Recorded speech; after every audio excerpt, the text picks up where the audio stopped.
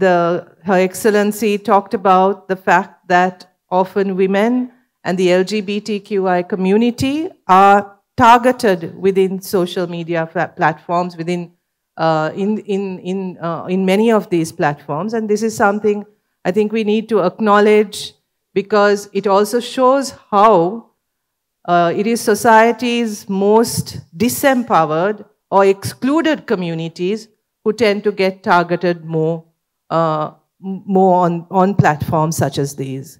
And this is something that we need to look at, because many of us embraced technology as an equalizer, as something that would promote equality and promote inclusivity. But what we are finding is that many of the prejudices and the biases and the injustices that are within society get replicated and even reproduced within these platforms. And this is, I think, something that we really need to look at, as to how technology can also is influenced deeply by the political and social context within which they are working. As we all know, these are not issues confined to any one country.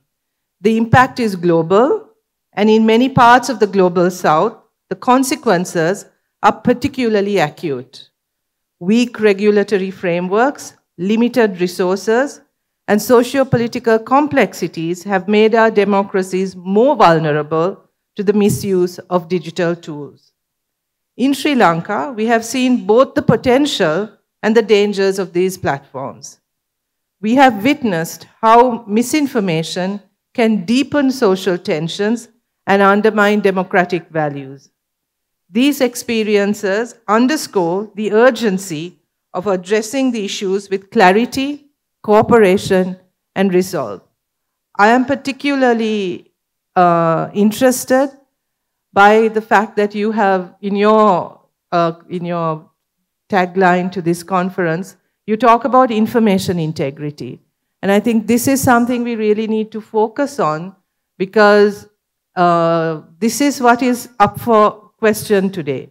How do we actually assess the integrity of the information that we consume?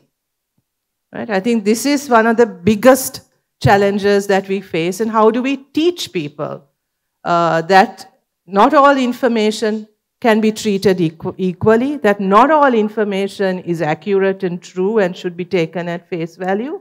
How do we develop the tools, and how do we actually teach people to assess the information that they consume? I think this is one of the biggest challenges, and one that we really need to deal with urgently.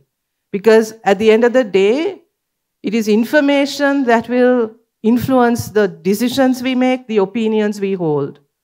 And we often promote the fact that access to information is one of the most important aspects of a thriving democracy, of a thriving society, and that's true.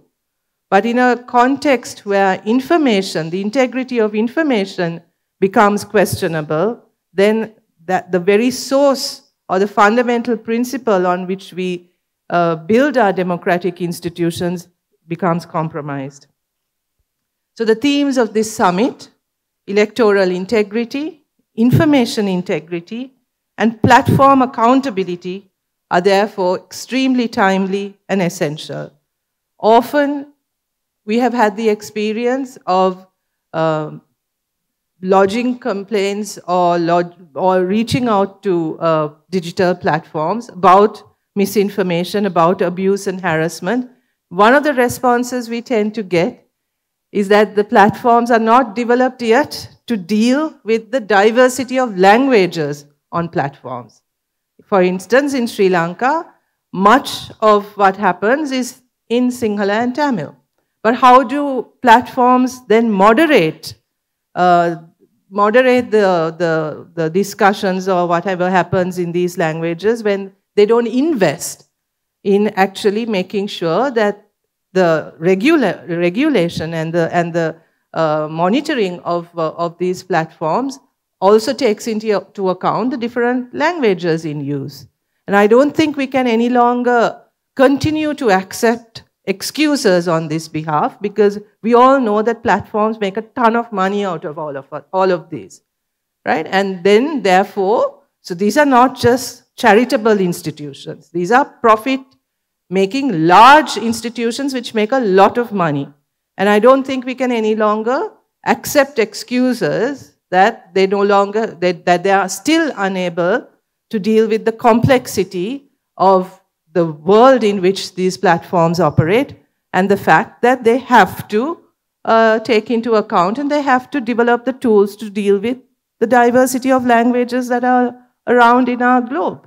I mean, they are not doing this, they are not charities, right? So then I think we need to hold them to account for their own regulatory responsibilities. செய்திகளை உடனுக்குடன் தெரிந்து கொள்ள உடனே subscribe பண்ணுங்க.